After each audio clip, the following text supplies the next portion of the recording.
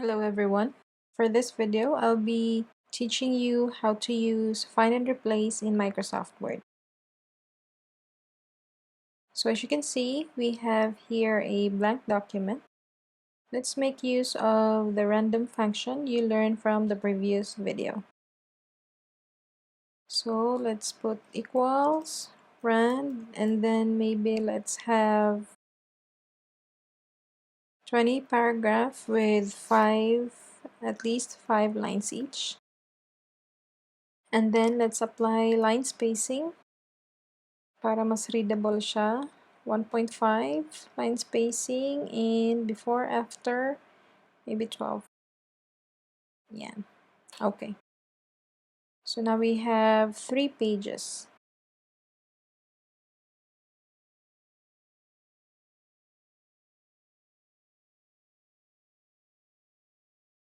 So dito, shortcut key for find is Control F.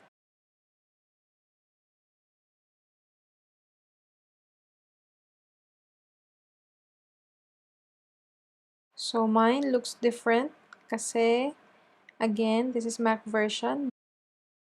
But if you're using Microsoft Word in Windows, usually nasa Home tab, and then on the right side ng ribbon nyo, andun yung Find and Replace buttons. If in case wala, and hindi nyo siya makita sa iba pang tabs, you can add those buttons using the options in Microsoft Word. So may tutorial na tayo para dyan. So please check out the playlist na lang of Microsoft Word tutorials. So, dito sa ginagamit kong version ng Microsoft Word, I'll go to Edit, then Find, tapos nandito yung Find and Replace. So, ito yung mga shortcut keys for Mac. Now, again, for Microsoft Word version on Windows, dito lang siya sa Home on the right side. May Find and Replace button dyan. Okay, so for this tutorial, let's assume that papalitan natin yung Word na document, and then lalagyan natin siya ng format. So, let's find first kung ilang document na Word yung meron tayo.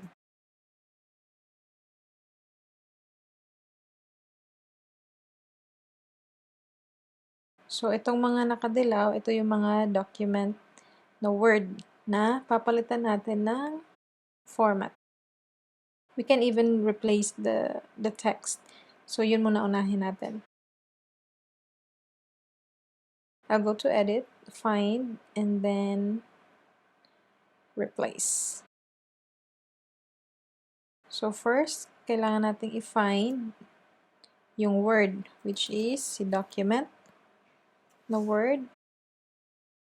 And then, papalitan din natin ng iba pang word. Palitan natin ng file. So, when you click this replace button, paisa-isa yung pag-replace niya sa Word. So, as you can see, dito sa taas, wala ng document na Word kasi napalitan na niya. But, if you'll click on replace all, automatic papalitan niya yung 30 na Word na document. So, click on OK. If we'll find the document Word, wala na siyang mahanap kasi napalitan na niya ng file. So, again, iba yung itsura ng interface ng video na to kumpara sa inyo kung gumagamit kayo ng Windows, but functions are the same. Now, let's undo. Gusto nating ibalik yung Word na document. Okay. So, dito, itong sa Find, may mga options pa. Itong mga options like whole word, only, ignore case, sounds like, all form, all word forms. So, by default, ito yung naka-enable. Ignore case. So, mayroon ding advanced, find and replace. So, dito may options kayo on i-highlight nyo ba yung nahanap niyang word or ito sa replace. Dito, may additional options din on when you search kung naka-match case, kung find whole words only, wildcards, sounds like, so ito yung mga options niya. Now, again, what if lagyan natin siya ng format? So, gusto ko na si document na word, papalitan natin ng document din na word, but may formatting. So, let's click on this format. Go to font. And then, pwede nyong palitan yung font style. Maybe ito. Try natin to. Then, italic. Size will be a bit bigger.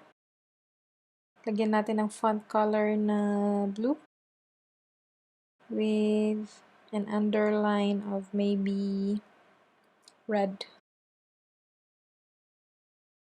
So, ito yung preview niya sa baba. So, may advanced options din on kung gusto nyo ng lagyan ng character spacing, position, typography. But we don't need this.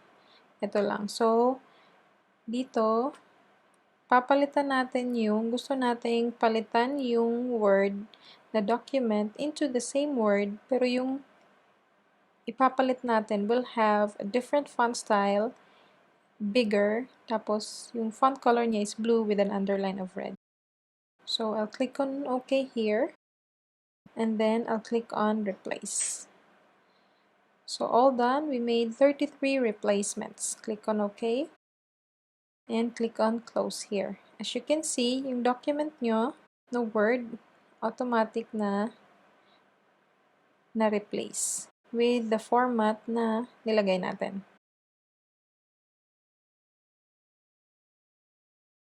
So, yung underline, of course, hindi nag-work kasi wala tayong line style.